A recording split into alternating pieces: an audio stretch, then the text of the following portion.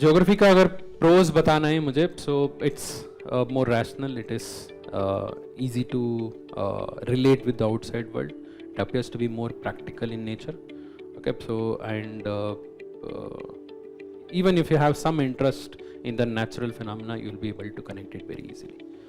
And most importantly, whether it is a science background or arts background, everyone can take it.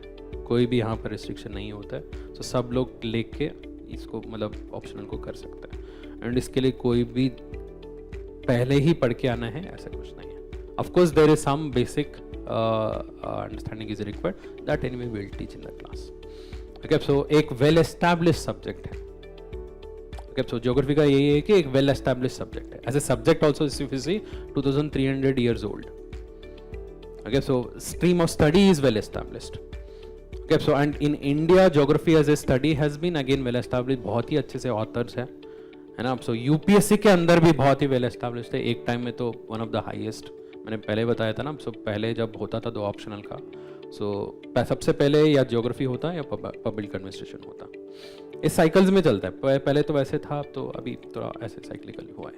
Still it is one of the largest in terms of chosen. ठीक है, सो इसके अलावा क्या है, most important तो GS का है ना. सो जीएस 1 में आपको 120 मार्क्स कवर होता है, जीएस 3 में अराउंड 80 मार्क्स कवर होता है. इस साल का पेपर बताना है तो इस साल तो बम्पर ऑफर मिल गया आपको. 300 marks out of 500 has been covered from geography optional. मतलब जो जियोग्राफी ऑप्शनल लिए थे उनके लिए 300 मार्क्स इजीली थाली में रख के दे दिया GS1 और GS3 में.